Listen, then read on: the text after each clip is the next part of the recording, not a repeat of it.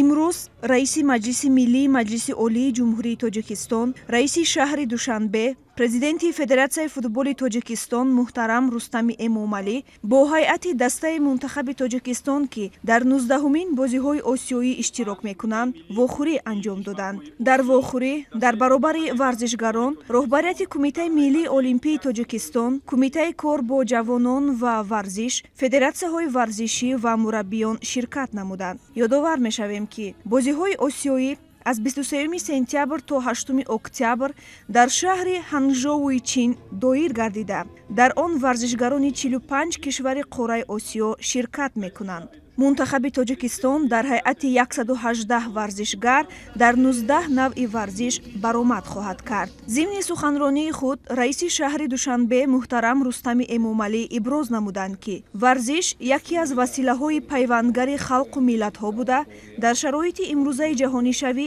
он ҳамчун ҷузъи муҳими низоми арзишҳои фарҳангии халқу миллатҳо баромад менамояд ва кишварҳои ҷаҳон тавассути баргузории чорабиниҳои гуногун баҳри муаррифии рукнҳои фарҳангии худ ва ҳифзи манфиатҳои миллияшон талош меварзанд.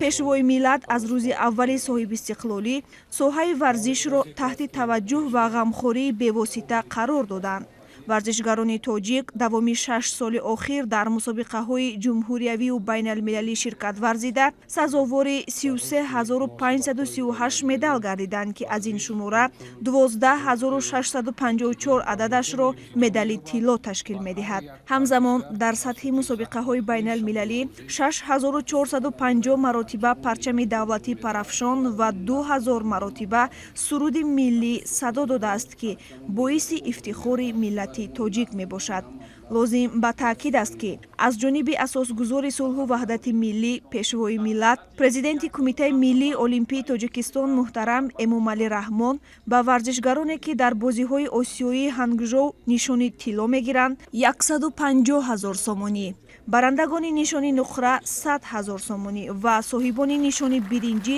50 000 сомонӣ ҷоизаи президенти Ҷумҳурии Тоҷикистон дода мешавад.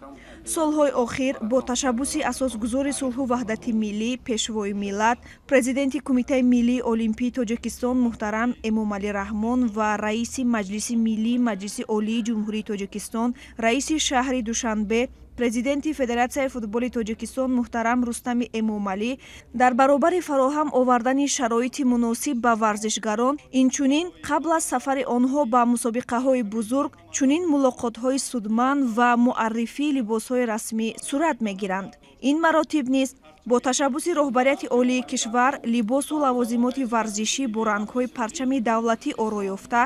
омода гардида ба варзишгарон тақдим карда шуданд. бо такя ба сиёсати хирадмандонаи пешвои муаззами миллат баҳри дастгирии варзишгарон дар мусобиқаи болозикр,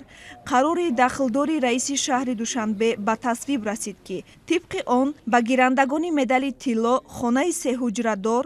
медали нуқра хонаи дуҳуҷрадор ва медали биринҷӣ хонаи якҳуҷрадор тақдим мегардад. дар бозиҳои осиёии навбатӣ парчамбардори мунтахаби Тоҷикистон, ҷудокори рақами 1 сангинвазнҳои ҷаҳон, паҳлавони маъруфи тоҷик Темур Раҳимов интихоб шуд. ӯ аз номи кулли ҳайати иштирокчиён баромад намуда, ба пешвои муаззами миллат муҳтарам Эмомалӣ Раҳмон ва раиси шаҳри Душанбе муҳтарам Рустами Эмомалӣ ҷиҳати дастгирии пайваста ва ҳамаҷонибаашон миннатдорӣ ва сипосмандии ҳамаи варзишгаронро расонид ва иброз намуд, ки варзишгарони иштирокчӣ барои ин бозиҳо омодагии хеле хуб диданд ва талош менамоянд, ки зинаҳои ифтихориро соҳиб гарданд ва парчами тоҷикистони азизро баланд бардоранд. ҳамзамон серҷоизадортарин варзишгар дар таърихи иштироки варзишгарони тоҷик дар бозиҳои осиёӣ ва қаҳрамони бозиҳои олимпии Рио де Жанейро 2016 Дилшод Назаров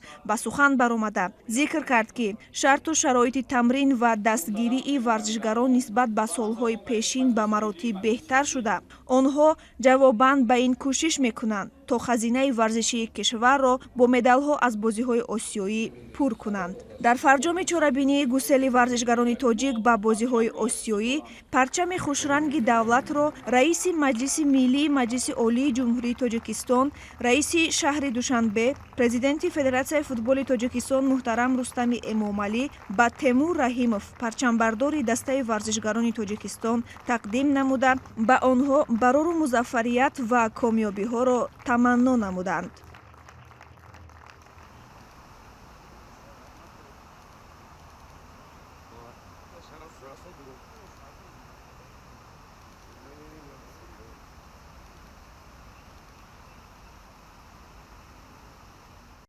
маро